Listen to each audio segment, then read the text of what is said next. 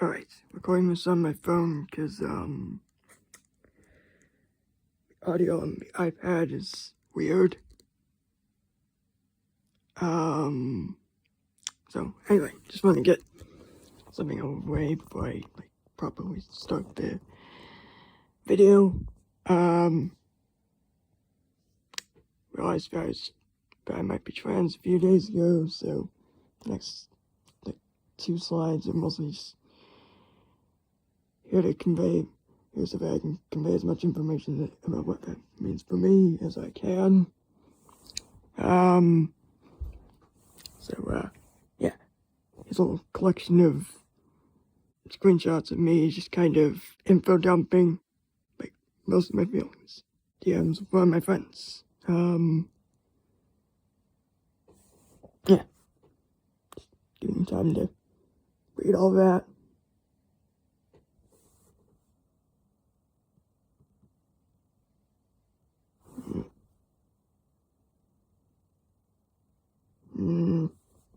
You can pause if you need to. Yeah. And yeah, so give a quick, shout out, I guess you can call it, to some, trans creators who kind of made stuff that made videos that sort of helped me figure all that out.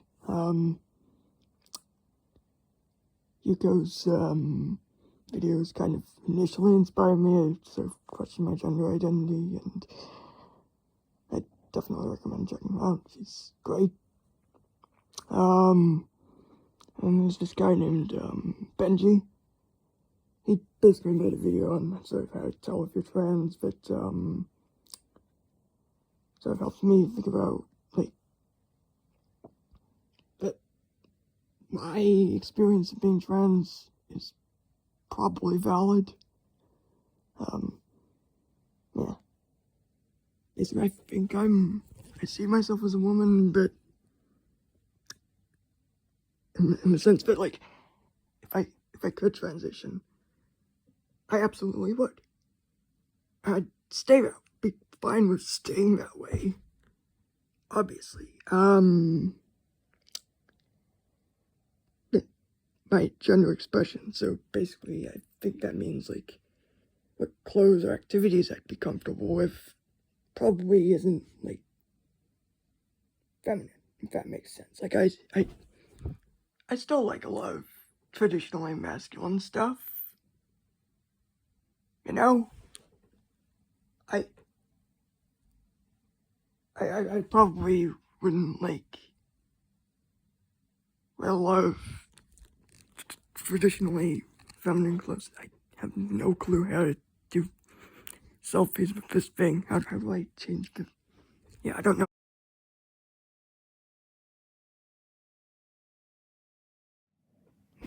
I'm also not changing my name because I'm too lazy to think of a new one, and I just think it's kind of a big brain move. Can't get dead named if you haven't changed your name in the first place.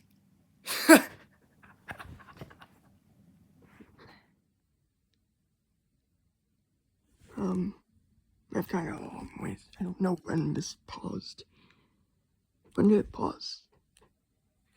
When is, I love traditionally masculine stuff still.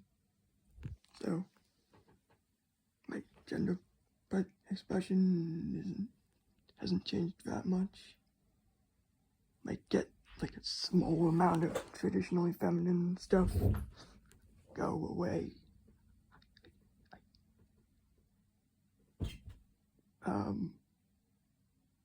Yeah, I don't know if that says anything about me, or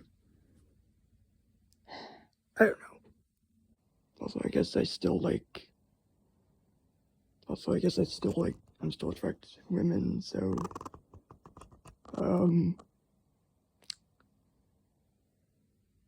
guess I'm gay now. because I used to be straight when I thought I was cis. So, I find that kind of funny.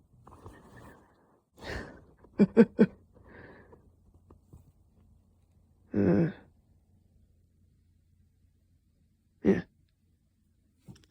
Now that's out of the way, and I don't have to worry about how I come out to my mom. I'm just gonna be spending the rest of this video just talking about the LGBTQ movement, TQ plus movement, I should say, and how annoying I find them. Like, but basically, it's a bunch of like transphobic gay people, like whoever it was.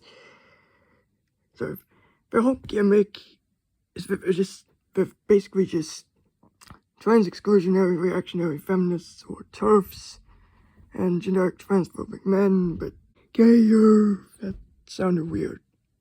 I'm sorry.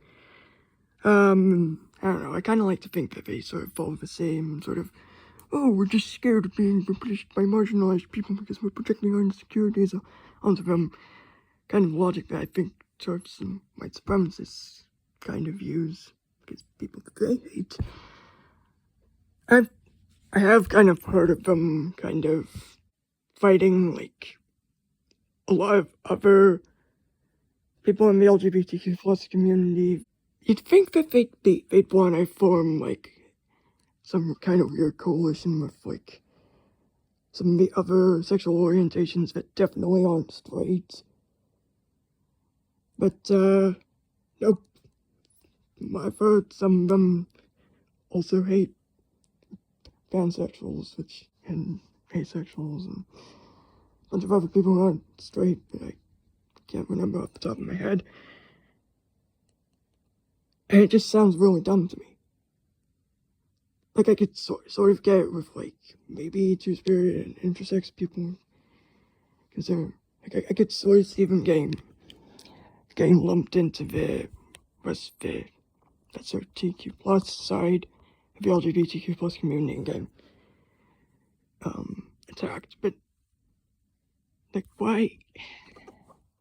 I know it's like bigotry, so it's not really supposed to make sense, but I'm gonna be confused by it anyway. Pathetic. And like slightly funny, but mostly pathetic and sad. And just, yeah, I don't really, like, why are they even beefing queer people when, like, or trans and gender non-conforming people, I should say, when they literally contributed to the entire LGBTQ plus rights movement. Like, well, why are we fighting people who were basically there for stuff like the Stonewall riots or, well, a lot of Pride event related stuff, you know? Like, come on. So, like, they're echoing the same, like, homophobic tropes about, like, just generally queerphobic, I should say, tropes about trans people being satanic groomers when they're not. It's so dumb, because it's like, they're just regurgitating the same stuff that their homophobic parents probably used to say back in, like, the 20th century, used to still say in the 20th century. Like, I don't get it. But what is the point of this organization? I'm not even sure exactly who these guys are. Like, are they just privileged queer people who basically who kind of just vibed in relatively safe areas and haven't actually seen, like, done any actual, like, queer activism, so it's like they don't know who's actually fighting for the right to live peacefully? Or are they just a bunch of kids who don't know their history yet? I don't know, but either way, like, they shouldn't be siding with people who probably still see them as affronts to their gods. it's ridiculous to me. And I'm pretty sure they're just pawns for the far right. I've seen the places that platform them in the sense that they allow them to talk and not get made fun of. They're all right wing. That theory definitely, that I just mentioned, definitely isn't wrong. Like, these people shouldn't be calling themselves progressives. They're running around, cozying up with people who just want to use them as tokens to wave around when someone points out that they're being homophobes. Like, I'm imagining, like, some conservative out there going, like, I can't be homophobic, I have a gay friend, and they just pointed at, like, this one LGBT Alliance co-founder who kind of expressed some not very cisgender. Wait, no, I'm trying to remember how to do it, like the how the standard gag from Nisha show. Not very cisgender thoughts. God, that sounded weird. Anyway, point is, there's this one girl who's like, who's part of one of those groups, and it's called the LGBT Alliance, and I don't know, like, she basically said that she would become a trans guy if she wasn't as poorly educated about trans and queer people as she is, and I just, it's just like the way they fight, like, the rest of a bunch of other people with different sexual orientations. You know, it's sad, but it's also a little bit funny because it's stupid. I don't know, like these, but back to like the homophobes. Like I imagine like they're like the same people who basically who intentionally choose gay romance options in video games purely for the sake of complaining about the fact that they exist in the first place. And yeah, basically, don't trust the conservatives. They suck. They'll just get your face eaten off. Okay? Think of it. All those jokes about them being like leopards, they eat your face off. Just think of that, basically. That's what they are. Yeah. Also, just imagine this like Red Skull when he was doing like the 2018 Captain America run movies, basically the main Marvel Comics universe versus Jordan Peterson knockoff, and he's just going like I just imagine him playing like, I don't know, fucking Baldur's Gate 3 or something, and just intentionally choosing a gay romance thing, kind of the way it's so choosing to have his character do gay things, and just going like,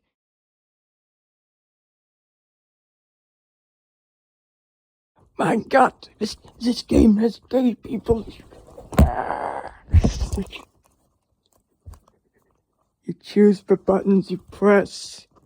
You fool. If you don't want to see gay people, then don't fucking play as them. Stupid.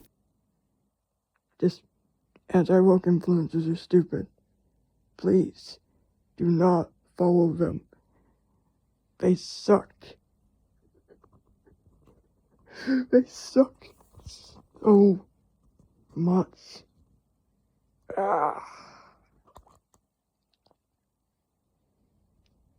Bye.